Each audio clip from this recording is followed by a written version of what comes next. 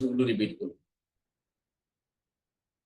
আহমাদুহু ওয়া নুসাল্লি আলা রাসূলিহিল কারীম, আম্মা বা'দ, বিসমিল্লাহির রহমানির রহিম।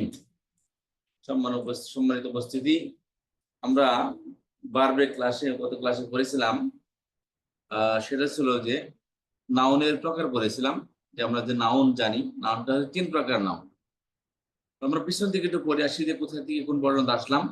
সেক্ষেত্রে আমরা বলেছিলাম যে আলিফ থেকে জবর বের হয়, ওয়াও থেকে পেশ বের হয়, ইয়া থেকে জের বের হয়। কোন শব্দের শেষে করে পেশ আসলে তাকে বলা হয় মারফু, জবর আসলে ওই শব্দকে বলা হয় মানসুব, আর শব্দের শেষে করে জের আসলে ওই শব্দকে বলা হয় মাজরুর। এরপর বলেছিলাম কোন একটা আল শব্দের শুধু আল আসলে ওই শব্দের শেষে তানমিন আসবে না, আর তানমিন আসলে আল আসবে না। আল যুক্ত শব্দ নির্দিষ্ট যার বাংলা অর্থের মধ্যে টি বা টা আসে, ইংলিশে দিয়ে আসে। আর তানমিন যুক্ত শব্দ অনির্দিষ্ট যার বাংলা অর্থের মধ্যে একটি বা একজন আসে, আর ইংলিশে এ বা অ্যান আসে। এরপর আমরা বলেছিলাম যে একটা শব্দের জন্মগত অবস্থা হচ্ছে সেটা পেশ যুক্ত হবে এবং তানমিন হবে, নাকেরা হবে এবং মারফু হবে। মারফু মানে পেশ হবে শব্দের শেষে, আর নাকেরা মানে অনির্দিষ্ট হবে, অর্থাৎ তানমিন যুক্ত হবে। আচ্ছা, এরপর আমরা বলেছিলাম যে একটা শব্দ এক বচন থেকে দ্বিবচন কিভাবে হয়। আমরা বলেছিলাম যে এক বচন থেকে দ্বিবচন করার নিয়ম হলো শব্দের শেষ অক্ষরের পর আনে বা আইনে যোগ করবে। শব্দের শেষ অক্ষরের পর আনে বা আইনে যোগ করলে সেটা কি হয়, সেটা দ্বিবচন হয়ে যায়। যেমন মুসলিমনের দ্বিবচন মুসলিমানে মুসলিমাইন। এখন আনে কখন হবে, আইনে কখন হবে? এক্ষেত্রে বলেছিলাম যে পেশযুক্ত শব্দের দ্বিবচন হবে আনে দিয়ে। যেমন মুসলিমনের দ্বিবচন মুসলিমানে, আর মুসলিমান মুসলিমিনের দ্বিবচন মুসলিমাইনে। আচ্ছা, আর জবর এবং যুক্ত অবস্থায় আইনে হয়, যেমন মুসলিমান মুসলিমিনের দ্বিবচন মুসলিমাইনে। আর বহুবচন হয় বলেছিলাম, বহুবচন হয় কি ওনা বা ইনা যোগ করে। একটা শব্দের বহুবচন হয় ওনা বা ইনা যোগ করে। শব্দের শেষ অক্ষরের পরে ওনা বা ইনা যোগ করলে ওটা দিয়া বহুবচন হয়।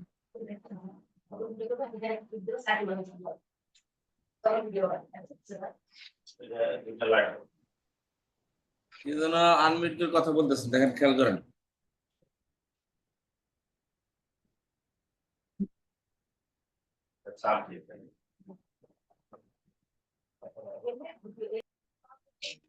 আচ্ছা, তাহলে বলছিলাম যে দ্বিবচন হয় আনে বা আইনে যোগ করে। মুসলিমুনের দ্বিবচন মুসলিমানে মুসলিমাইনে, আর বহুবচনে ওনা বা ইনা যোগ করে। আর এক্ষেত্রে বলেছিলাম মারফু অবস্থায় বহুবচন হবে ওনা দিয়ে, আর মনসুব মাজরুর অবস্থায় বহুবচন হবে ইনা দিয়ে। যেমন মুসলিমনের বহুবচন মুসলিমোনা, আর মুসলিমান মুসলিমিনের বহুবচন মুসলিমিনা। আচ্ছা, অ্যাকসেপ্ট গোলতা বলেছিলাম গোলতা যুক্ত শব্দের বহুবচন এগুলো কি হয়, গোলতা ফেলে দিয়ে আলিফ লম্বাতা যোগ করে এর বহুবচন করতে হয়। কথা বুঝতে পারলেন সবাই? আলহামদুলিল্লাহ। ধন্যবাদ, বোঝার জন্য ধন্যবাদ।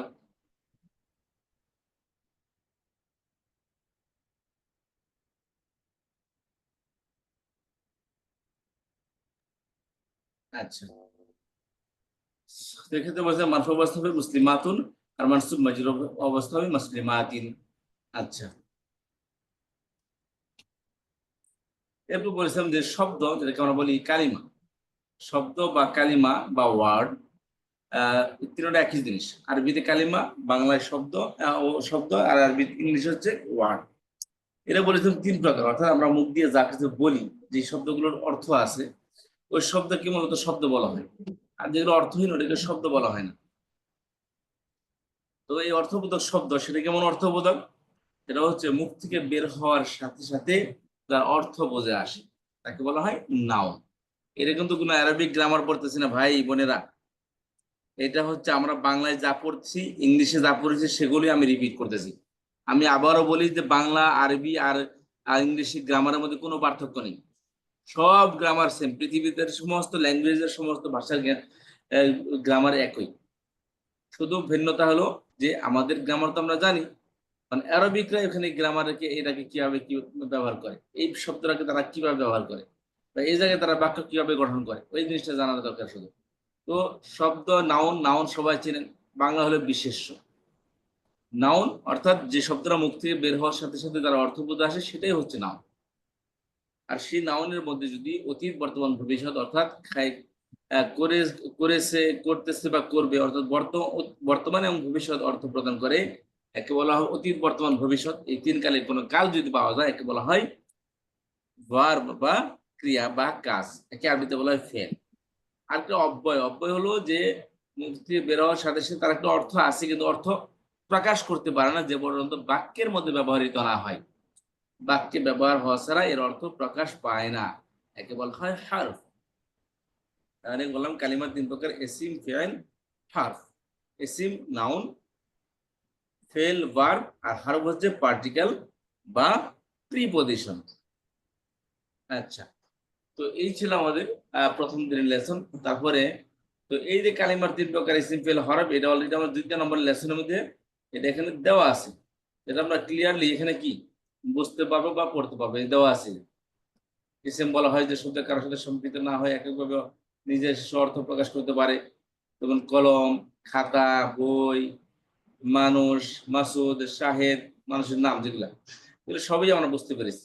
একে আরবিতে বলে কালামুন, কুররাসাতুন খাতা, কিতাবুন বই, ইনসানুন মানুষ, মাসউদুন মাসুদ, শাহিদুন শাহেদ। বাংলায় কই মাসুদ, মাসুদ মানুষের নাম আছে না, মাসুদ, মাসুদ না শুধু মাসউদুন। এই যে এই হলো বাংলা।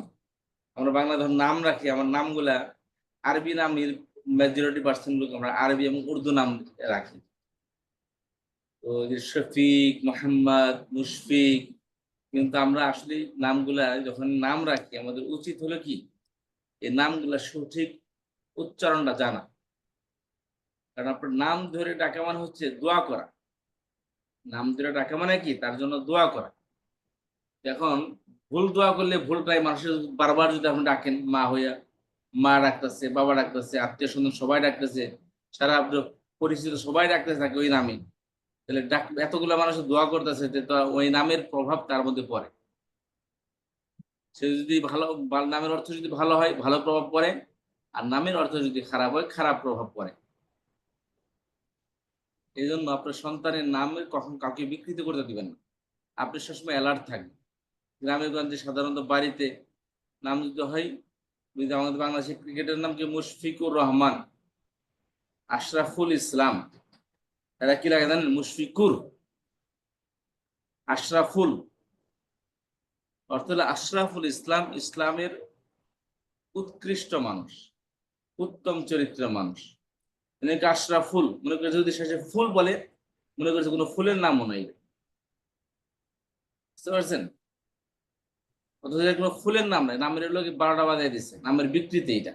আশরাফ আল ইসলাম, ওই ইসলামের যে আল আছে, ওই আল যখন আগের শব্দের সাথে সম্পৃক্ত হচ্ছে তখন কি হচ্ছে আশরাফ ফের শেষে পেশ, এই পেশটা কি করছে ওই ইসলামের আলকে ধরছে। আশরাফের ফার পেশ, আল ইসলাম, ইসলামের আলকে ধরছে, কি হলো আশরাফুল, বুঝতে পেরেছেন? নাম হলো কি আশরাফ।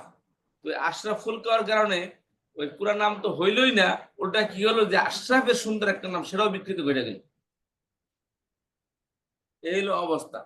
মানে লাগে মুশফিকুর, এক জায়গায় ভালো গুণময় ইয়ে আসলো যারা জার্সি বানায় তারা লিখছিল মুশফিক, পরে কই নামের মধ্যে ভুল হয়েছে, তো নাম চেঞ্জ করে নিয়ে আসেন, পরে জার্সি নতুন করে বানাইছে আবার কি মুশফিকুর। বুঝছেন? একে বলা হয় কি জাহেলে মোরাক্কাব, এদের জাহেল। কিভাবে বানান আপনি দেখে, যেহেতু নামের একটা প্রসঙ্গ আসলো, এই দেখেন আশরফ অর্থ মানে আশরাফুল মাখলুকাত, সৃষ্টির সেরা, উৎকৃষ্ট সৃষ্টির মধ্যে সবচেয়ে উত্তম আশরফ। আর শেষে কি আছে? আল ইসলাম, এই আল ইসলাম, ইসলামী, আশরাফুল ইসলামী। আচ্ছা, সংক্ষেপে হবে অক্ষর অবস্থা আশরাফুল ইসলাম, এই যে সাকিন অবস্থা আশরাফুল ইসলাম, আশরাফুল ইসলাম। কি করছে এরা? এটা আল ইসলামের যে আল আছে আর কি করছে, ইসলামের বাদ দিয়ে শুধু এটা আল টেনেছে, কি হইলো? এখন অর্থ হলো কি আশরাফুল। আসসালামু আলাইকুম ভাই।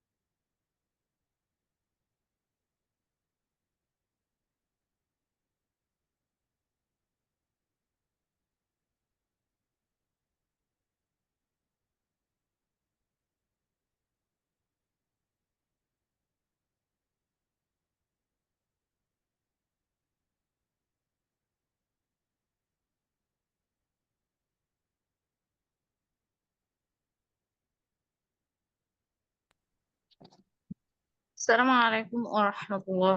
উস্তাজ কিছু শুনতে পাই না।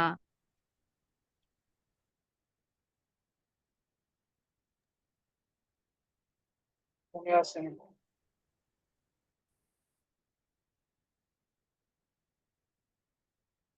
জি, আসসালামু আলাইকুম, শুনতে পাচ্ছেন? তো যাই হোক, এই হলো কি আমাদের নামের অবস্থা যেটা বলতেছিলাম। তো এটা আশরাফুল, তাহলে শব্দটা কি হলো এখন? এই যে এই নামের কোন এরকম কোনো আরবি কোনো শব্দই নেই। কয় অক্ষর বিশিষ্ট শব্দ রয়েছেন? এখানে তিন আর এখানে তিন, 6 অক্ষর। আরবিতে খুব বেশি হলে 4 অক্ষর বিশিষ্ট শব্দ আছে, 6 অক্ষর বিশিষ্ট কোনো শব্দ নেই। এই নামটা এত সুন্দর, নামটার ই হয়ে গেল একই অবস্থা। এই যে মুশফিকুর, এটা রেখে দিই আপনাদের দেখানোর জন্য। ওগুলো কি মুশফিক, অর্থ হলো যে মানুষের উপর দয়া করে, স্নেহ মমতা ভালোবাসা দেয়, তাকে বলে মুশফিক। শফকত করে মানুষের উপর। আর রহিম, আল্লাহর গুণবাচক নামের সাথে তার নামটা, আল্লাহর সেই স্নেহ ভাজন পার্সন, এই শব্দের অর্থ। কি করছে আমাদের সুকল শিক্ষিত মানুষের অবস্থা দেখেন, এরা কি করে, এই যে মুশফিকুর, বুঝতে পারছেন? আর রহিমের রা বাদ দিয়া, রহিম বাদ দিয়া, এই যে সরি, এই যে এর রহিমের মধ্যে যে কুর আর রাহিম যাচ্ছে, আলিফ যে কি করছে, রাকে ধরছে। আলিফের জবর যে এ রাকে ধরছে, বুঝছেন? তো এই আলিফ তো একসাথে আলাদা পড়লে, আর একসাথে পড়লে কি ওই কাফের পেশ দিয়ে রাকে ধরবে, তাহলে কি মুশফিকুর রহিম শব্দ এটা। তারা কি করতেছে, এই এই যে মুশফিকুর, তখন কি করে, ওই কুরের রার মধ্যে দুইটা রাত, তার জিত মানে কি 2 অক্ষর, এখানে তো 1 অক্ষর রেখে দেয় আর সাকিন দেয়, মুশফিকুর পরে এটা, বুঝতে পারছেন? এই যে কয় অক্ষর, 3 অক্ষর, 4, 5, 6, 7 অক্ষর। পৃথিবীতে আরবিতে এমন কোনো শব্দ নেই। এগুলো আমাদের অবস্থা। বাংলাদেশের মেজরিটি পার্সেন্ট নাম মানুষের নামগুলো অর্থ জানে না, বুঝতে পারছেন? অনেকেই, আচ্ছা যাই হোক, ওটা আর বললাম না। তো নামের গুলোকে আমাকে এই অবস্থা।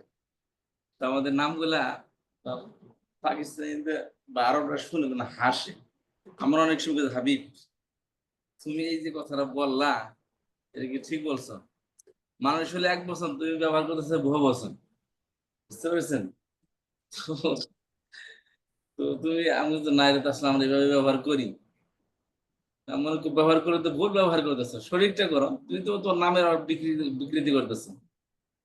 তো যাই হোক, আমরা এই যে আলযুক্ত সংযুক্ত নাম যেগুলো আছে, আব্দুর রহিম, হাবিবুল্লাহ, হাবিবুর রহমান, মুশফিকুর রহিম, শরীফুল ইসলাম, এই যে শরীফুল, আশরাফুল, একই স্টাইলের এগুলো।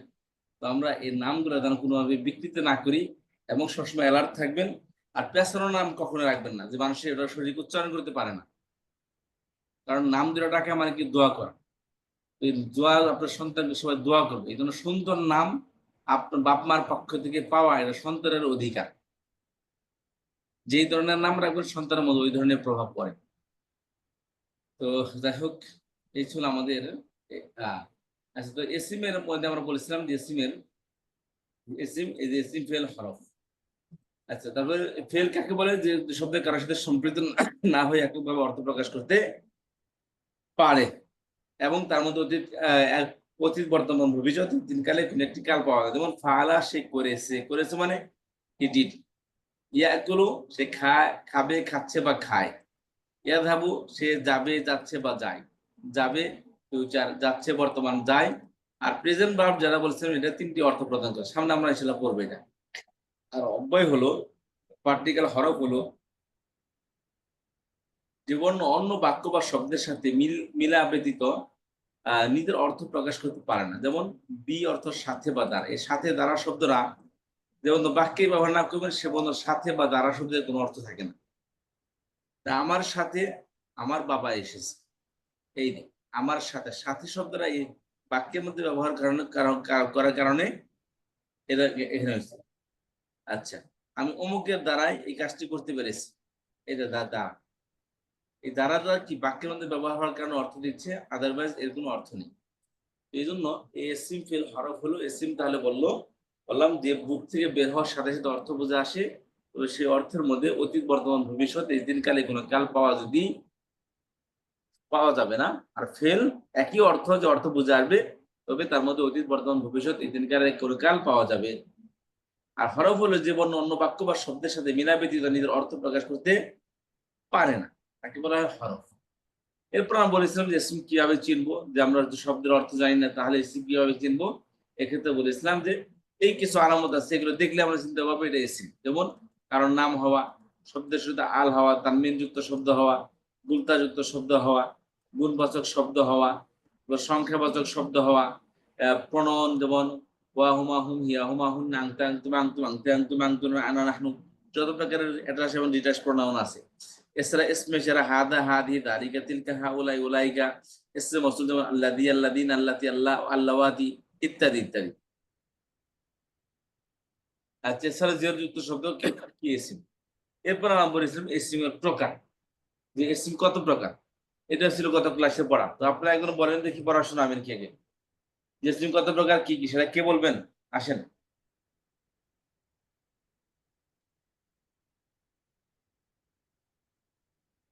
কেউ আসতে রাজি না? আসসালামু আলাইকুম ওয়া রাহমাতুল্লাহ। ওয়ালাইকুম আসসালাম। জিয়া বলেন। আমি বলবো স্যার। জি জি।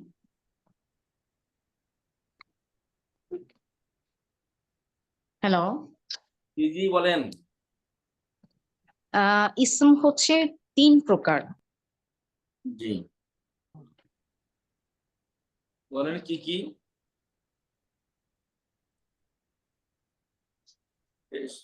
জাবরীদের সব বলেন।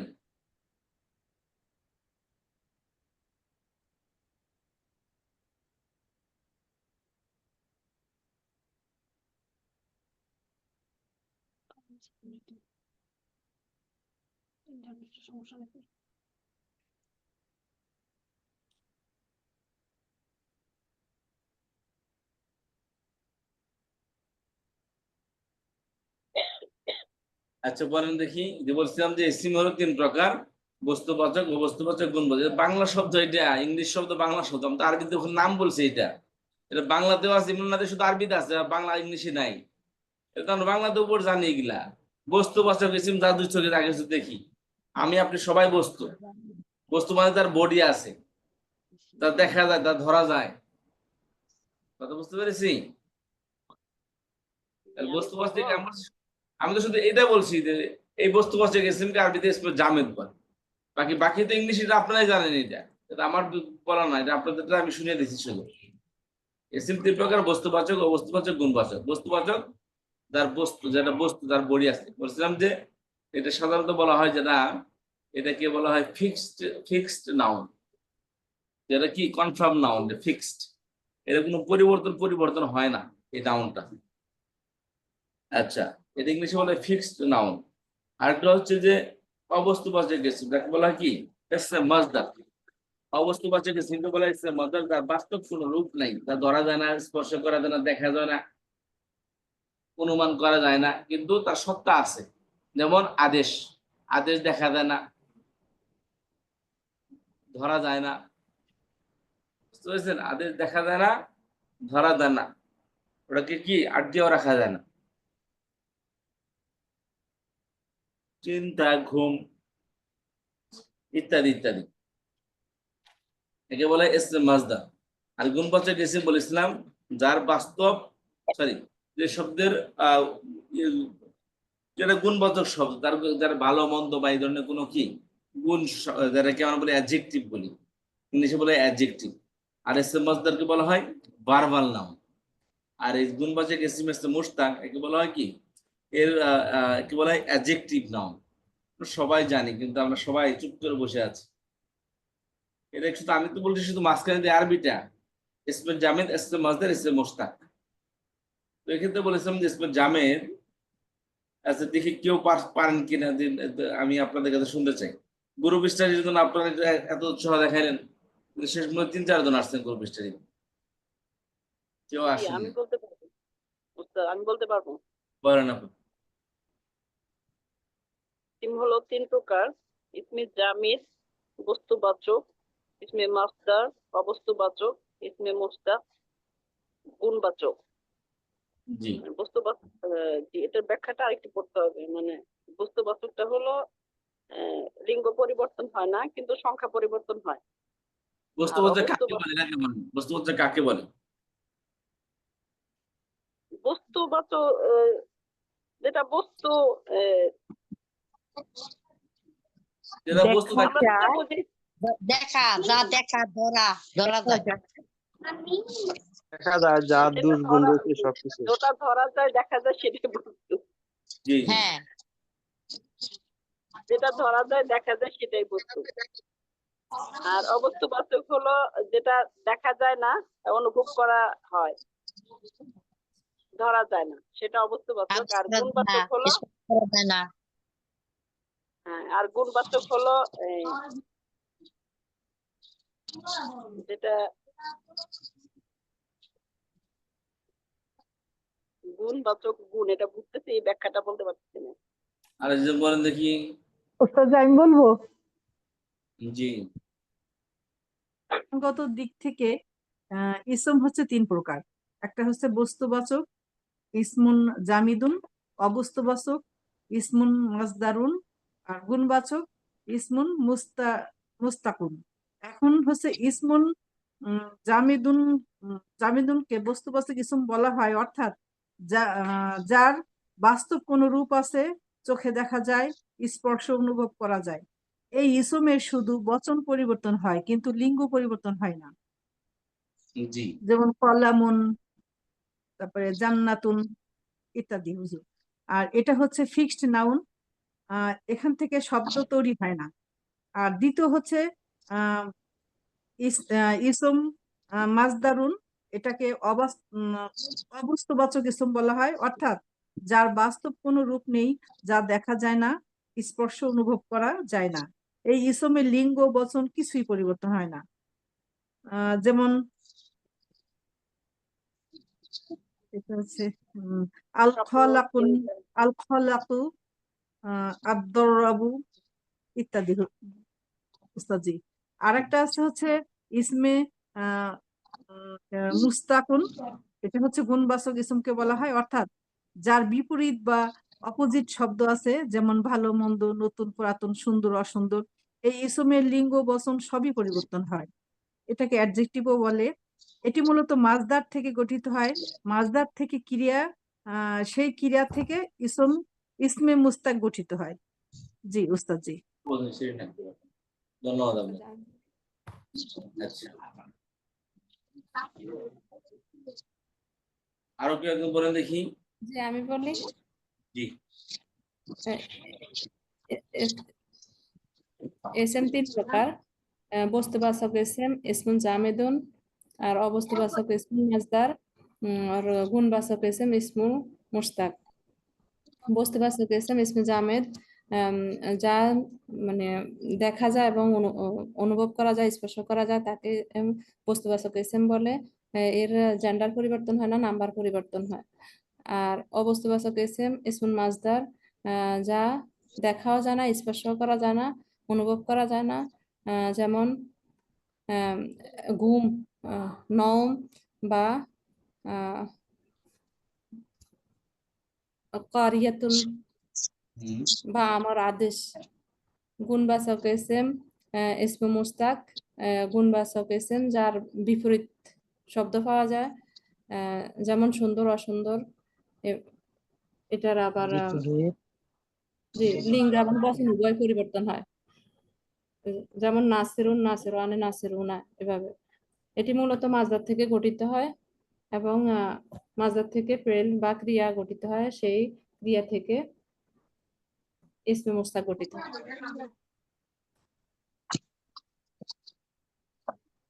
আচ্ছা, জি ওস্তাদ।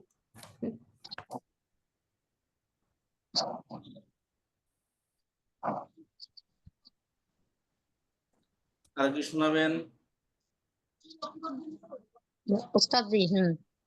बिस्मिल्लाहिर्रहमानिर्रहीम। इसमें 3 प्रकार। इसमें जामेद, इसमें মাজদার ইসমে মুস্তাক। ইসমে জামেদ হচ্ছে বস্তুবাচক, যা দেখা যায় ধরা যায়, এটা ফিক্সড নাম। আর অবাস্তব অবাস্তবাচক মাজদার, যা স্পর্শ করা যায় না, যেমন ধরাও যায় না, দেখাও যায় না, আদেশও করা যায় না। আর গুণবাচক আসছে ইসমে মুস্তাক, যা বিপরীত পরিবর্তন হয়, যেমন সুন্দর, সুন্দরের বিপরীত সুন্দরী, এইরকম কিছু। কিন্তু এখানে নাসরা, ধরা বা এরকম একটা জানো।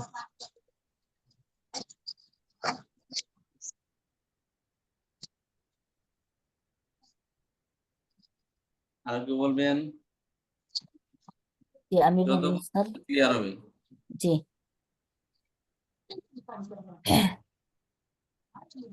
ইসিম 3 প্রকার: বস্তুবাচক ইসিম, ইসমে জামেদ, অবস্তুবাচক ইসিম, ইসমে মাজদার, গুণবাচক ইসিম, ইসমে মুশতাক।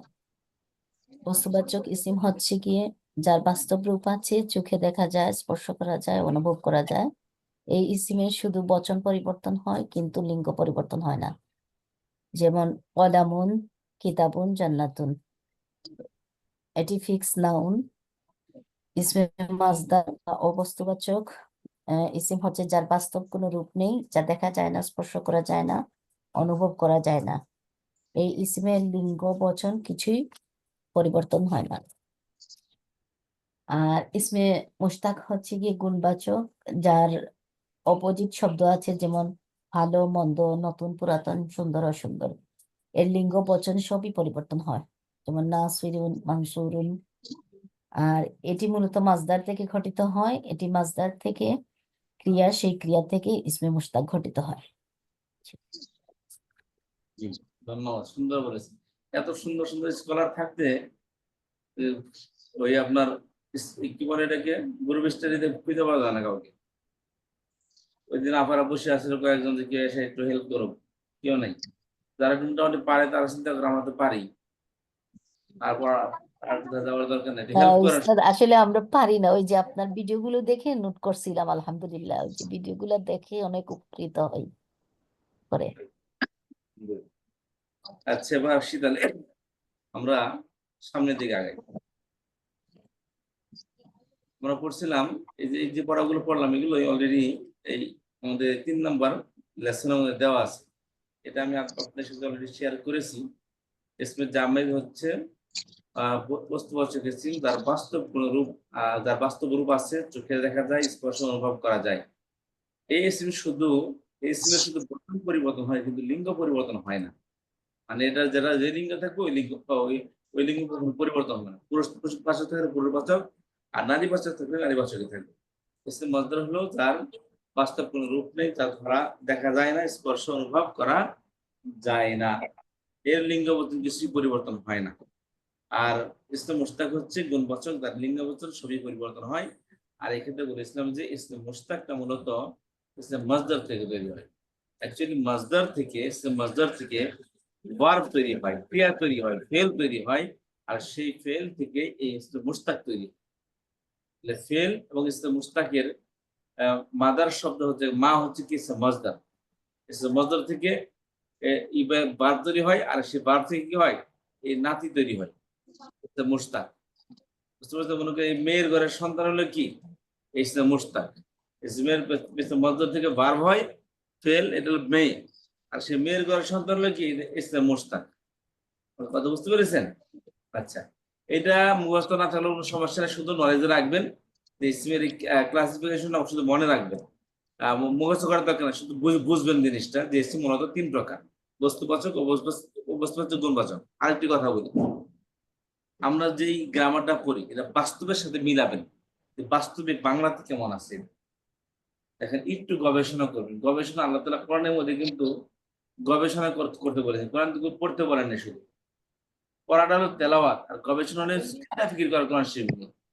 তো আপনি এই গ্রামার পড়তেছেন, এটা চিন্তা করুন, আমরা আসলে ইসলামটাকে মানুষের ফলো কেন করে না?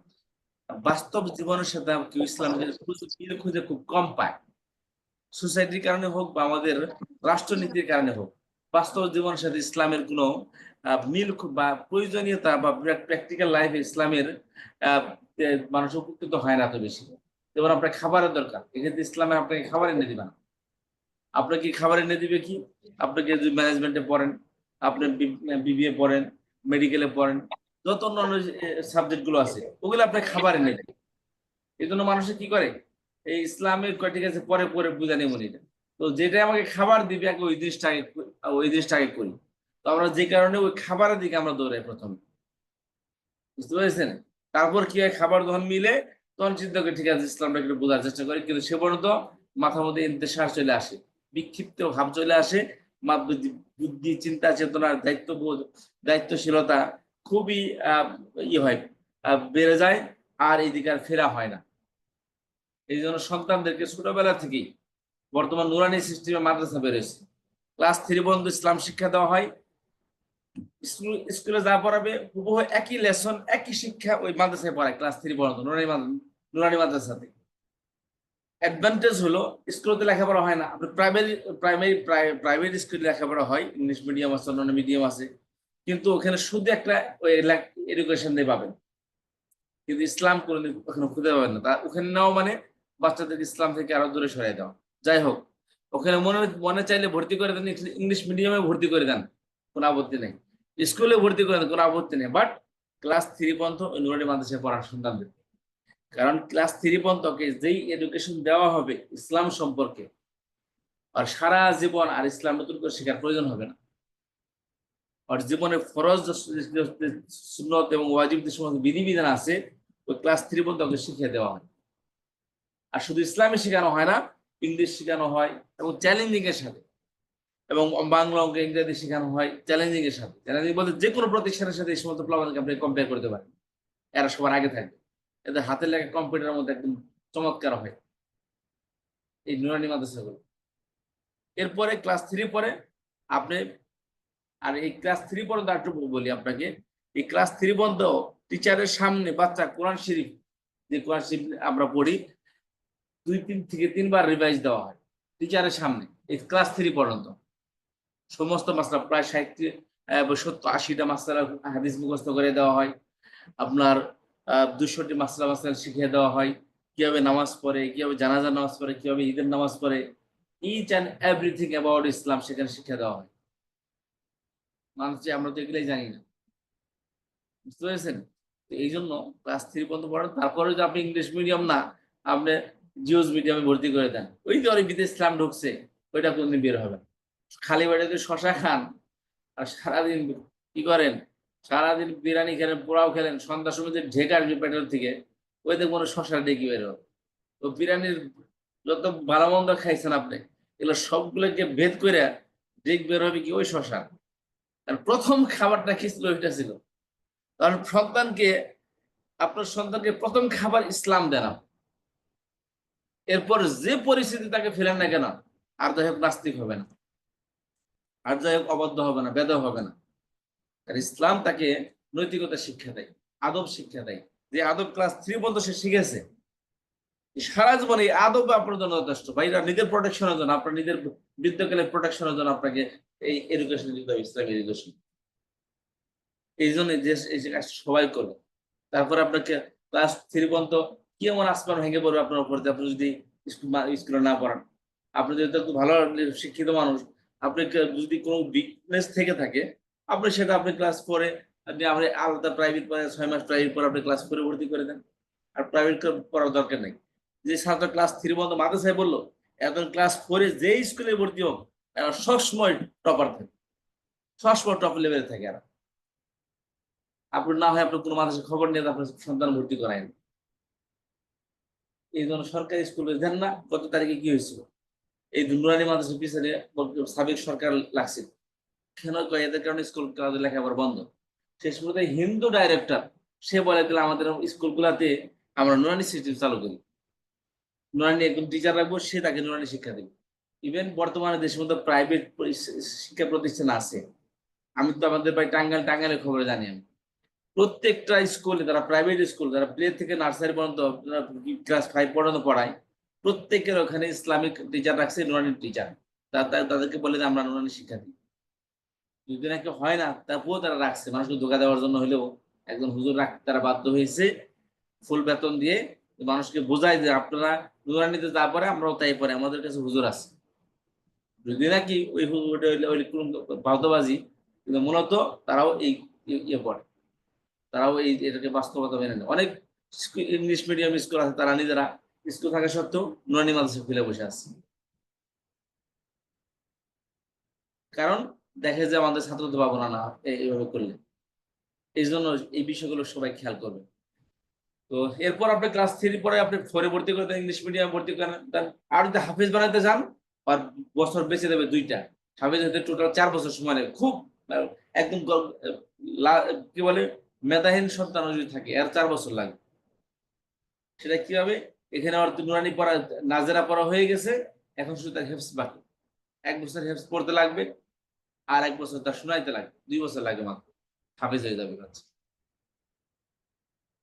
এই জন্য এই কাজটা সবাই করবেন, সন্তানদের সাথে অবিচার, এরা তাদের হক, এরা কি সন্তানদের হক, তাদের কাছে ইসলাম এডুকেশন আপনার কাছে প্রাপ্যতা।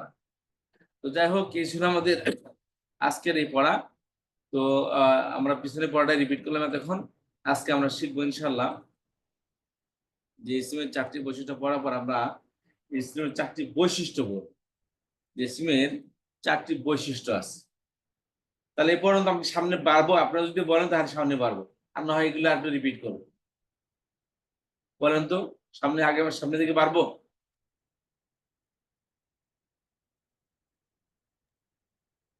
কেউ কিছু বলছেন না যে? বাড়েন উস্তাদ, আসসালামালাইকুম। অনেকেই তো বাড়েন মনে হয় পারে, ক্লাস ঠিক মতো করা হয়নি এবার। আচ্ছা ছেড়ে দাও। তাহলে অল্প বাড়াবো শুধু, কিন্তু পিছনে পরে থেকে যাবে, শুধু খেয়াল করেন। হ্যাঁ হ্যাঁ আচ্ছা এবার আসেন, আমরা আরবি পড়াবো না, আপনি বাংলা পড়াবো, তারা আজকে এখনো বাংলায় পড়াবো তারা। যেমন ধরেন আমরা ইসিম কাকে বলে, তাহলে ইসিম বলেন তো, ইসিম কাকে বলে? বলেন ইসিম কাকে বলে? What is eSIM, what is noun? আমি ইসিম করে তো বাদিয়ে দিতাম, বলবেন স্যার আরবি জিজ্ঞেস করছেন, আমি বাংলাটাই জিজ্ঞেস করে দিই, আর কতটুকু মনে আছে। সবাই তো মাশাআল্লাহ কোনো কিছুর নাম কি ইসিম বলে? বিশাল পাহাড় অতিক্রম করে। নাম কি ইশারা করেন? What is noun? কোনো কিছুর কোনো কিছুর নাম কি ইসিম বলে? ইশারা আর ভার্ব কাকে বলে? কোনো কিছু করা বোঝায়। কাজ করা, খাওয়া, করা। ওরকম ভার্ব বলে। নাম কে বলে? হওয়া, যাওয়া, খাওয়া। কোন কিছুর নাম কি ইসমে বলে? না, যাওয়া হাওয়া খাওয়াই না, এটা যদি আপনি বললাম না যে করা কে বোঝায়, যাওয়া কিন্তু করা নাই, গিয়েছে এটা করা, যাবেন এটা করা, যাচ্ছেন এটা করা, কিন্তু যাওয়া এটা করার মধ্যে আসে না এখন। আসসালামু আলাইকুম। ওয়ালাইকুম আসসালাম। আইও আবার তোমরা। আচ্ছা, তাহলে জান্নাত যদি বলেন যাওয়া, এটা নাউন, গিয়েছেন দ্যাট ইজ ভার্ব। কথা বুঝতে পেরেছেন? নাউন হলো যে যে কাজের সময়, যে শব্দের মধ্যে সময় মেনশন করা থাকে না, বুঝে আসে কিন্তু সময় মেনশন করা থাকে না। ভার্ব হলো বুঝে আসে, সময় মেনশন করা থাকে। যেমন যাওয়া, যাওয়া বলতে বোঝায় না যে গিয়েছেন, যাওয়া বলতে বোঝায় না যে যাচ্ছেন বা যাবেন, তাহলে যাওয়াটা নাউন, গিয়েছেন ভার্ব, যাচ্ছেন ভার্ব, যাবেন ভার্ব, কারণ এটার মধ্যে অ্যাকশন আছে, যাওয়ার মধ্যে কোনো অ্যাকশন নেই। বুঝতে পারছেন? তো এই জন্য, আর নাম যেটা নাউন বললেন, নাউন সেটা তো বললামই, কোন জিনিসকে নামকে যারা মুক্তি বলার সাথে সাথে অর্থ বুঝে আসে, অর্থ বুঝে না আসলে তার নাউন হলো না। সেটা জিনিসের নামকেই তো বলায় বা বলে, সেটা নাম তো যে কোনো একটা জিনিসের নাম, সেটা তো সেটা বলার সাথে সাথে অর্থ বুঝে আসে, দ্যাট ইজ নাউন। আচ্ছা, এখন খেয়াল করেন, যেমন ধরেন একটি বই, কি বললাম, একটি বই, এই বইটি, এই বই শব্দটা নির্দিষ্ট না অনির্দিষ্ট? এটা অনির্দিষ্ট। কিতাবুন। একটি বই অনির্দিষ্ট না? আল কিতাবু নির্দিষ্ট, বইটি নির্দিষ্ট, অনির্দিষ্ট। আমি বলছি, কেউ আমিও বলবেন না এখানে, আমি বাংলা গ্রামার সে বলতেছি, আরবি গ্রামার পড়ে গেছি না। একটি বই, এটা নির্দিষ্ট না? অনির্দিষ্ট। এটা অনির্দিষ্ট। অনির্দিষ্ট। একটি বই হলে নির্দিষ্ট, বইটি, বইটি হইলে নির্দিষ্ট হবে, আর আর একটি বই বইটি হলে নির্দিষ্ট হবে না। একটি বইও তো নির্দিষ্টই বোঝায়। আর বইটি যে হলে কোনো একটি বই, নির্দিষ্ট হইলো না তো। যে নির্দিষ্ট কোনো তো বলেন, একটি হ্যাঁ। বই বলছে, টেবিলের পরে একটি বই, তাতে নির্দিষ্টই হচ্ছে। অনির্দিষ্ট, না, অনির্দিষ্ট একটি বই মানে একটি বই, যে কোনো একটি বই। একটি বই, আমি বললাম একটি বই। কোন বইয়ের কথা বলছি আমি, অনির্দিষ্ট হবে। অনির্দিষ্ট। তাই না? একটি বই মনে করছি, চিন্তা করি একটি তো তার মানে নির্দিষ্ট এটা ভাই। আমি একটি, সেটা একটি কোনটি? বাংলা বই না ইসলামিক বই না আরবি বই না ইংলিশ বই? কোন বইয়ের কথা বলছি? কোন নির্দিষ্ট কোনো বইয়ের কথা বলছি? না, না, একটি একজন শব্দ কি অনির্দিষ্ট, আর টি বা টা শব্দ নির্দিষ্ট। নির্দিষ্ট। আচ্ছা, তাহলে এটা নির্দিষ্ট। তারপর আসেন, এখন আসেন বই শব্দটা। আমি বলছিলাম আরবি প্রত্যেক শব্দ দুই ভাগে বিভক্ত, হয়তো পুরুষবাচক হবে আর নয় নারীবাচক হবে, তাই না? কিন্তু বই শব্দটা পুরুষবাচক না নারীবাচক? এটা পুরুষবাচক। উভয় লিঙ্গ, পুরুষবাচক। উভয় লিঙ্গের মধ্যে কোনো লিঙ্গ নাই, কোনো পুরুষ স্ত্রী নাই। এর বস্তুবাচক, বস্তুবাচক। ইয়ে, হ্যাঁ বস্তুবাচক। না, এটা তো বলা হচ্ছে পুরুষবাচক না স্ত্রীবাচক। কথা শুনুন, বস্তুবাচকের মধ্যে কি পড়েছি? যেই লিঙ্গ আছে ওই লিঙ্গই থাকবে, কিন্তু লিঙ্গ তো আরো শেয়ার করি না সেখানে, যে লিঙ্গই হবে না এ কথা বলে নেই। বলি যারা পুরুষ লিঙ্গ সেটা পুরুষ লিঙ্গ থাকবে, যারা স্ত্রীলিঙ্গ সেটা স্ত্রীলিঙ্গ থাকবে, লিঙ্গ চেঞ্জ হবে না, মানে একটা থেকে আরেকটা লিঙ্গ বানানো যাবে না। কথা বুঝতে এটা হচ্ছে পেরেছেন? পুরুষবাচক উস্তাদজি, হ্যাঁ, পুরুষবাচক। কিতাবুন হইলে পুরুষবাচক হবে, এই বই কিতাবাতুন হইলে মহিলাবাচক হবে, কিতাবুন পুরুষবাচক। বই থেকে যায় না, আমি এই যে আপনারা যারা জানেন সেটা বলতেছি, ওই যে আরবি থেকে যায় না, আমি বাংলা বইয়ের কথা বলতেছি। নারীবাচক মধ্যে পুরুষ এই শব্দ কি নারীবাচক শব্দ না পুরুষবাচক শব্দ? আপাত মস্তক পুরুষবাচক শব্দ। নারীবাচক পুরুষবাচক শব্দ। কথা বুঝতে পেরেছেন? নারীবাচক শব্দ জি। নাই। আচ্ছা, তারপর আসুন, এখন বই শব্দটা, তাহলে এটা খেয়াল করুন, তাহলে কি হলো এখানে একটা পাগল, এটা নির্দিষ্ট, নির্দিষ্ট না অনির্দিষ্ট, তাই না? অনির্দিষ্ট, নির্দিষ্ট না অনির্দিষ্ট। আচ্ছা, তারপর আসেন একটি বই বা বইটি। আচ্ছা, এরপর আসেন, তাহলে কি হলো পুরুষবাচক, পুল্লিঙ্গ, স্ত্রীলিঙ্গ।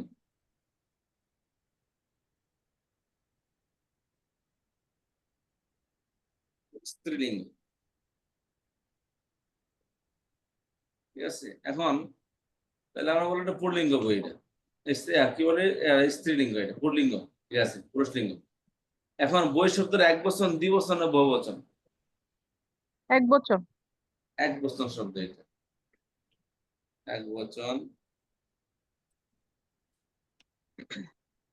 বচন পরিবর্তন হয়, বচনটা পরিবর্তন হবে। ওই যে যা বলছে সব ভুলে যান এগুলা, এই যে এটা বলছে এটা সবাই এদিকে ফোকাস দেন, এবার যা বলছে সব ভুলে যান। এক বচন, দ্বিবচন, এক হলো বহুবচন। খেয়াল করেন, তাহলে বইটা কি বল, কোন বচন বললেন? এক বচন। এক বচন। তাহলে আমাদের কি হলো, বইটি হলো কি, এটা হচ্ছে একটা আমাদের একটা শব্দ বইটি। আর তাহলে এটা কি অনির্দিষ্ট, এটা ঠিক আছে, এটা কি অনির্দিষ্ট, এটা পুল্লিঙ্গ। বইটা কি, বই শব্দটা কি এক বচন, এক বচন পুল্লিঙ্গ। এক বচন পুরুষবাচক, অনির্দিষ্ট, তাই না? এক বচন পুল্লিঙ্গ। অনির্দিষ্ট। আরেকটা হচ্ছে, অনির্দিষ্ট। শুনেন, আমরা বলি তিনটি অর্থ করেছেন না, পেশের অর্থের মধ্যে কে আর রে যোগ হয় না। অবজেক্টিভের অর্থের মধ্যে কে যোগ হয়, আর পজিটিভের অর্থের মধ্যে বৈশিষ্ট্য যোগ হয়। তা জানেন কি? গত ক্লাসে পড়তেছিলাম না আমরা, আপনাদের কিন্তু পড়াইতেছিলাম নাকি? জি, পড়াইতেছিলাম, মারফুম, মানসুব, না, মাজরুর। আপনাদেরকে পড়াচ্ছিলাম। আল্লাহর জি। আল্লাহ আল্লাহর এইভাবে জের আসলে আল্লাহ মনে হয়। আপনারা আজকে হ্যাঁ, আল্লাহ হন। জবর হ্যাঁ, আসলে আল্লাহকে, পড়াইছেন, আর হ্যাঁ পেশ পড়াইছেন। আল্লাহ himself, তাই না? জি তাহলে এই পেশটা হলো যে হিমসেলফ, যেটা ব্যক্তি কেন্দ্রিক অর্থ, এটা হলো সাবজেক্টিভ অর্থ দেয়, এটা হলো পেশের অর্থ। আর জবর কে অর্থ দেয়, আর জের বয়সীর অর্থ দেয়। তাহলে এই যে পেশ যারা আছে ওটাকে কি বলা হয়? কোন শব্দের সাথে পেশ আসলে তাকে কি বলা হয়? মারফু বলা হয়। মারফু। জবর আসলে বলা হয় মানসুব। মানসুব। মানসুব। আর জের হলে এরকে মাজরুর। মাজরুর। মারফু জের মানসুব হলে মাজরুর। তাহলে একটি বই, এর মধ্যে কে আর জের কি আসছে? কে আর রে কি আছে? না। না। না তাহলে কি অর্থটা? মারফু অর্থ দিচ্ছে এটা। জি। তাহলে একটা শব্দ দেখেন, একটি মানে বই, এটা আরবিতে বলে কি? কিতাবুন একটা শব্দ। বলে আরবিতে এটা কি? কিতাবুন মানে কি? একটি বই, তাই না? জি। জি। জি।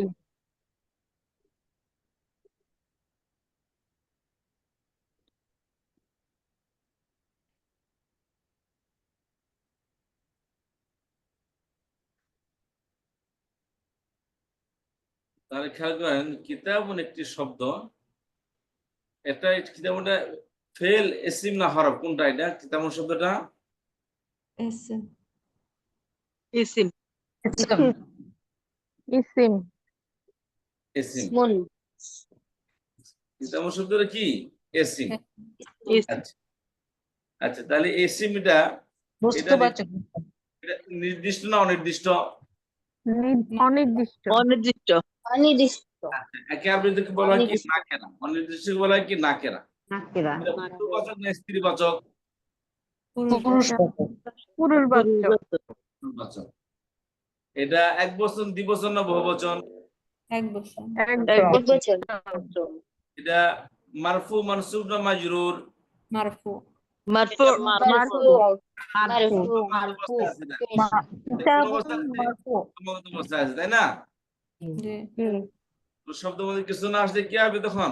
এটা পেশের অবস্থানে থাকবে। ভাই,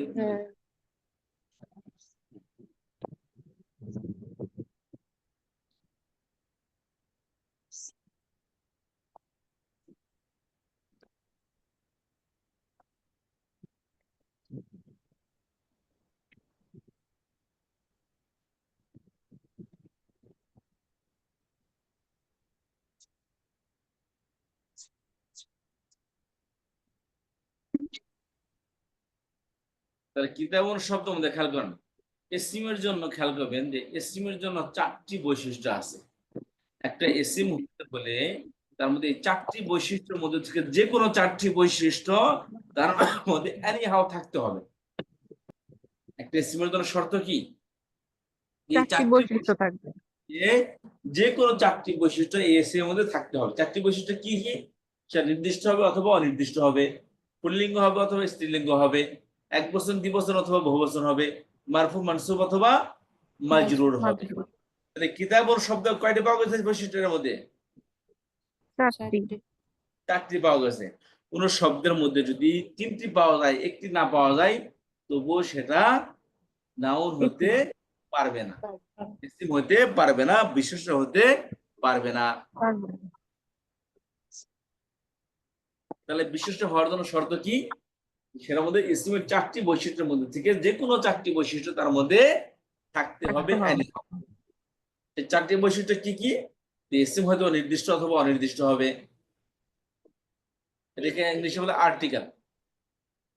অনির্দিষ্ট। তো সেটা কি? ম্যাসকুলাইন হবে অথবা ফেমিনাইন হবে।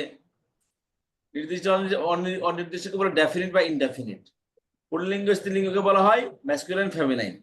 আর নাম্বার, সেটা এক বচন, দ্বিবচন, বহুবচনকে বলা হয় নাম্বার, সিঙ্গেল, ডুয়েল, প্লুরাল। আর হলো মারফু, মানসুব, মাজরুর কি বলা হয়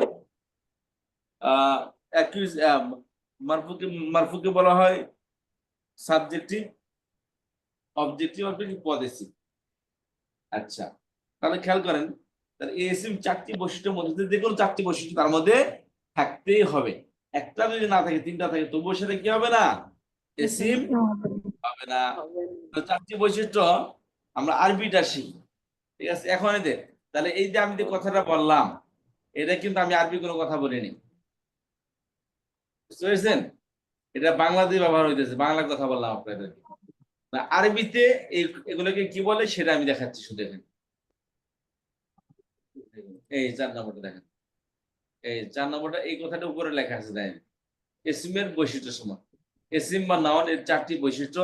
ইসিম হয়তো বা নির্দিষ্ট বা অনির্দিষ্ট হবে, একে আরবিতে বলে মারিফা বা নাকিরা হবে, ইংলিশে ডেফিনিট বা ইনডেফিনিট, পুল্লিঙ্গ বা স্ত্রীলিঙ্গ হবে, মুযাক্কার বা মুয়ান্নাস হবে, ম্যাসকুলিন ফেমিনাইন, এক বচন দ্বিবচন বা বহুবচন হবে, ওয়াহিদ তাসনিয়া জমা। আর এরাব অর্থাৎ শব্দের সাথে পেশ আসবে, জবর আসবে অথবা কি আসবে, জের আসবে। এই 4টি আরবি প্রণয়ন পরিভাষাগুলো মুখস্থ করবেন। মারিফা নাকিরা, মুযাক্কার মুয়ান্নাস, ওয়াহিদ তাসনিয়া জমা, মারফু মানসুব মাজরুর। পড়েন দেখি, আপনাদের টাইম দিলাম, কয় মিনিট দেবো বলেন, কয় মিনিট দেবো বলেন? মারিফা নাকিরা, মুযাক্কার মুয়ান্নাস, মাযরুর, তাসনিয়া জমা। এর 4টি বৈশিষ্ট্য। মারিফা 1 নাম্বার নির্দিষ্ট বা অনির্দিষ্ট মারিফা নাকিরা হবে। মারিফা আর নাকিরা, 2 নাম্বার মুযাক্কার সিঙ্গুলার, ডেল, প্লুরাল। ওয়াহিদ ইসনানে মুযাক্কার সালাসা, বা মুয়ান্নাস হবে। মারুফ, 3 নাম্বার একবচন, দ্বিবচন বা বহুবচন। মারফু, মানসুব, ওয়াহিদ মাজরুর। কিতাবু, জামা এরা জান্নাতু, যুক্ত, মারফু জবরযুক্ত, মানসুব বা জের যুক্ত, মাজরুর হবে। কিতাবুন, আল কিতাবু, আল কিতাবু, জান্নাতুন, আল জান্নাত। এক্সাম্পল দিয়ে দেখেন, বললাম যে এই যে কিতাবুন এক্সাম্পল দিলাম কেবল। এটা কি হয়েছে, এটা নাকেরা হয়েছে অনির্দিষ্ট, এটা মুযাক্কার হয়েছে, এটা ওয়াহিদ হয়েছে, এটা মারফু হয়েছে, ঠিক আছে। আল জান্নাতু বলে কি আছে, জান্নাতুন এটা নাকেরা, আল জান্নাত এর মধ্যে আসছে, আল জান্নাত এটা মারিফা হয়েছে, আল আসছে শুরুতে, এটা মুয়ান্নাস হয়েছে, এই গোলটা যুক্ত শব্দের বহুবচন আলিফ লম্বা তা হয়, তাহলে মুয়ান্নাস হয়েছে। এটা এটা এক বচন দ্বিবচন বহুবচন, এটা কি হয়েছে, বহুবচন হয়েছে। মারফু মানসুব মাজরুর, এটা কি হয়েছে, মারফু হয়েছে। কথা বুঝতে পারলেন? যে কোনো 4টি বৈশিষ্ট্য তার মধ্যে, এই 4টি বৈশিষ্ট্যের মধ্যে দিয়ে যে কোনো 4টি বৈশিষ্ট্য এট আ টাইম তার মধ্যে থাকতে হবে, যে সবসময় থাকতে হবে তার মধ্যে, এটা একসাথে মুখস্থ করতে হবে। তাহলে মারিফা নাকিরা বলেন, মারিফা নাকিরা, মারিফা নাকিরা, মুযাক্কার মুয়ান্নাস, মুযাক্কার মুয়ান্নাস, ওয়াহিদ তাসনিয়া জমা, ওয়াহিদ ইসনানে মাজরুর, সালাসা, মারফু, মাজরুর, মারিফা নাকিরা, মুযাক্কার মুয়ান্নাস, ওয়াহিদ ইসনানে সালাসা, মারফু। এই 4টাই হচ্ছে গ্রামার। আপনার বললেন গ্রামার, এই 4টা বুঝলে আর কিছু বাকি থাকে না, 4টাই হলো গ্রামার। মারিফা নাকেরা, মুযাক্কার মুয়ান্নাস, ওয়াহিদ তাসনিয়া জামা, মাজরুর। এই যে নির্দিষ্ট অনির্দিষ্ট যে মারিফা নাকেরা, এটা মনে থাকে, ঠিক আছে। মুযাক্কার মুয়ান্নাস এটা আলহামদুলিল্লাহ ইজি। এক বছর দ্বিবচন বহুবচন, হয়তো জামুন, এটা ঠিক আছে। আমার একটু সমস্যা ছিল শুধু পেট যুক্ত, জবর যুক্ত আর জের যুক্ত, মাজরুর, মানসুব আর মারফু। ঠিক আছে ওস্তাদ, জি, এইটুই আমার একটু মানে ছিল। মারফুর সমস্যা হইতেছে মারফু বুঝতে। না না, তা বলি নাই আমি, এটা একটু আমার একটু কেমন যেন লাগতো সন্দেহ, এই জন্য আজকে মারিফা মাংস আর মাছ। ওয়াহিদ তাসনিয়া জামা হবে। আপনি 4 নাম্বারটা একটু বলেন তো। মানসুব, মাজরু, মাজরুর, মারফু, যুক্ত মারফু, জবরযুক্ত মানসুব, জারযুক্ত মাজরুর। পেশ যুক্ত, মারফু, জবরযুক্ত, মানসুব, জেরযুক্ত, মাজরুর। যুক্ত মারফু, জবরযুক্ত মানসুব আর জের যুক্ত মাজরুর। দেখেন, এটা একদম প্রথম ক্লাসের প্রথম দিনের লেসন, এটা এই যেখানে পড়ে আসছে আমরা, প্রথম স্লাইড নাম্বার 1, প্রথম ক্লাস, এই যে আপনি মারফু পেশকে বলা হয় রফা, যে শব্দের শেষ অক্ষরে পেশ হয় তাকে বলা হয় মারফু। হ্যাঁ জি জবরকে বলা হয় নসব, যে শব্দের শেষ অক্ষরে জবর হয় তাকে বলা হয় মানসুব। জেরকে বলা হয় জার, যে শব্দের শেষ অক্ষরে জের হয় তাকে বলা হয় মাজরুর। তাহলে হ্যাঁ মুসলিমুন এটা মারফু, মানসুব না মাজরুর? বলেন দেখি সবাই। মারফু মারফু। মারফু মুসলিমান মুসলিমান মানসুব এটা হয়েছে জের করো। হ্যাঁ মানসুব মিন হচ্ছে মানসুব মানসুব মুসলিমিন মানসুব এটা হবে মাজরুর মারফু হবে মারফু মুসলিমান মুসলিমান দুই শব্দের এরকম মুসলিমান হলে মাজরুর মানসুব মাজরুর মুসলিম মানসুব আর মিন হচ্ছে মিন মানসুব হবে মাজরুর আর শব্দের শেষ অক্ষরে জবর আসলে তাকে বলা হয় মানসুব। মুসলিমান মানসুব। শব্দের শেষ অক্ষরে জের আসলে তাকে বলা হয় মাজরুর। তাহলে মুসলিমিন কি হবে? মাজরুর। মাজরুর হবে। আচ্ছা, ওইটা তো আপনাদের পড়া থাকবে আজকে। এখানে একটু কথা বলে নিই আমরা। ও ওস্তাদ চলে আসছে, আপনি আরবিকের টিচার, তাহলে আর সময় নিচ্ছি না আমি। ওদের শেষে একটা কথা বলে দেই, এরাব কাকে বলে? এরাবটা শুধু জেনে নিই। এরাব বলা হয়, এই যে এই লাইনটা সময় পড়ে আসবেন, শব্দের শেষ অক্ষরে পরিবর্তনকে এরাব বলে। কি বলে? শেষ অক্ষরের পরিবর্তন শব্দের পরিবর্তন পরিবর্তন যেমন ধরেন, করাকে এই যে এরাব বলে। মুসলিম, মুসলিম একটা শব্দ, এই শব্দের শেষ অক্ষরটা কি? মুন নুন এরাব না মুন মিম? হ্যাঁ মুন কেন বলেন আপনি? শব্দের শেষে মুন কোন তানবিন কোন হরফ? মিম আছে না, মিম হরফ নাকি তানবিন হরফ? কোনটা কোনটা? তানবিন হরফ তানবিন হরফ। তানবিন হরফ আর কি হরফ? আপনি শুনেন, আর তানবির আপনি শুনেন যে, তানবিনের জন্য বলছি আরে আল্লাহর এই কথা বলে রে, একটু না শুনে যে প্রশ্ন করবে আমি তো আছি, উত্তর আমি দিবনি, আপনাকে উত্তর দেন না। আরবি হরফ 29টির মধ্যে তানবিন কোন হরফ আছে? না না তানবিন কিভাবে হরফ হয়? শেষ অক্ষরে তানবিন কিভাবে হয়? দুই জবর দুই যে দুই পেশকে তানবিন হরফ হরফ তার বলে না, হরফ বলে না না হরফ হয়তো তো আরবি হরফ 29টির মধ্যে এই তানবিন একটা হরফ থাকতো। হরফ আছে? তানবিন কোনো হরফ আছে? না কোনো তাহলে আমি বলি, আপনি আমার শব্দ কথা খেয়াল করে কি প্রশ্ন করলাম? হুসনু সুআলি নিসফুল ইলম। নবী সাল্লাল্লাহু আলাইহি ওয়াসাল্লাম বলেন, সুন্দর প্রশ্ন অর্ধেক ইলম বাড়িয়ে দেয়। এই জন্য প্রশ্ন আগে শুনবেন, তারপরে আপনারা রেসপন্স করবেন। আমাকে শুনবেন, তারপর প্রশ্ন করবেন। বলছিলাম শব্দের শেষ অক্ষরের পরিবর্তনকে তানবিন বলে, এরাব বলে। এরাব কাকে বলে? শব্দের শেষ, আর শব্দের শেষ অক্ষরটা কি? মুসলিম শব্দের মধ্যে শব্দের শেষ অক্ষরটা কি? মিম মিম হ্যাঁ, ঠিক আছে, মিম। আর মিমের মধ্যে কখনো মুন আসছে, কখনো মান আসছে, কখনো মিন আসছে, তাই না? এই যে পরিবর্তন হয়েছে, কখনো পেশ, কখনো জবর, কখনো জের, এই যে পরিবর্তন, এই পরিবর্তনকেই এরাব বলা হয়। এই পরিবর্তন হওয়াটাই কি বলা হয়? এরাব বলা হয়। তাহলে এরাব কাকে বলে? শব্দের শেষ শব্দের অক্ষরে শেষ অক্ষরে পরিবর্তন করাকে এরাব বলে। জবর হতে পারে, বা জের হতে পারে, বা পেশ হতে পারে, হোয়াটএভার, অথবা এটা আনে আসে, আইনে আসে, উনা আসে, ইনা আসে, শব্দের শেষে তো পরিবর্তন হয়, তাই না? জি শব্দের শেষ করার পর আনে আইনে আসে, 2 বছরের জন্য, বহু বছরের জন্য ওনা ইনা বা আলিফ লাম তা আসে, তাই না? জি শব্দের শেষ কোনো জবর আসে, জের আসে, পেশ আসে, কোন আনে। কথার মধ্যে যদি আপনারা কথা বলার সময় আমার প্যাটার্ন নষ্ট হয়ে যায়, এই জন্য আমি যখন বলি তখন শুনবেন, তারপর আপনারা বলবেন।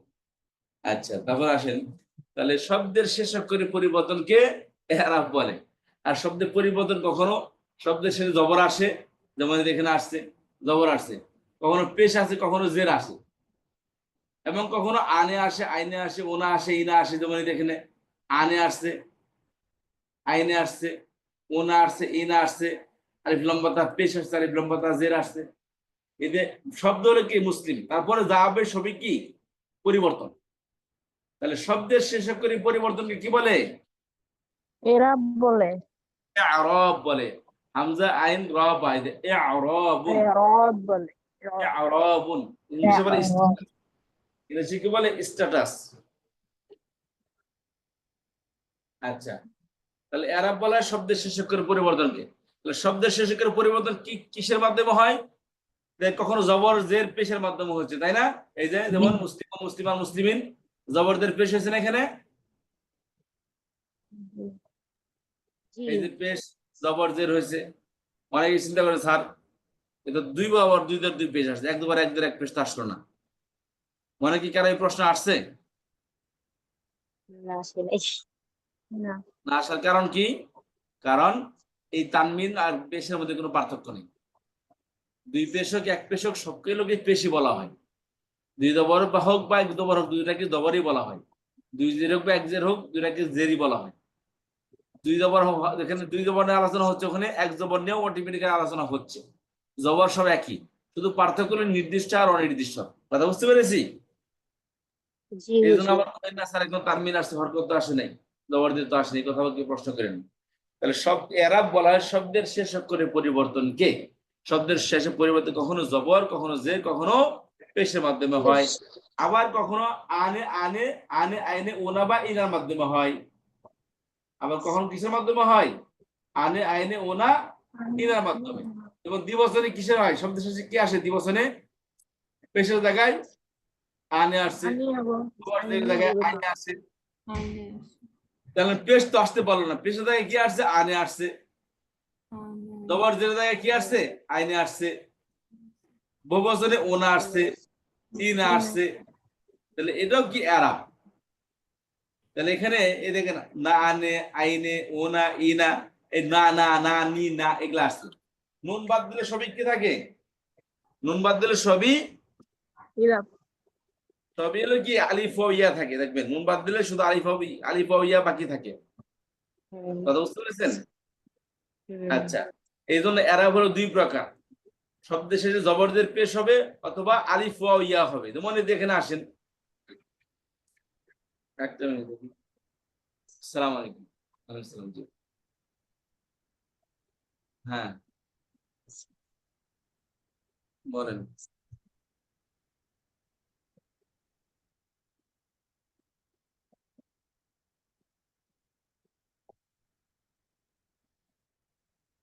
দাঁড়ান।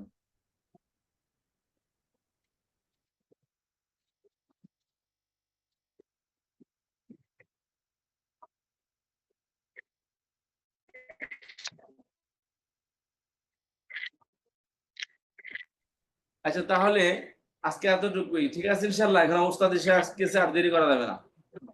তাহলে এখন ওস্তাদের ক্লাসে ঢুকে গেছেন অলরেডি। উস্তাদ আছেন? ক্লাসে ঢুকছেন? জি ঢুকছি। জি, আপনার ক্লাস নেন। Thank you.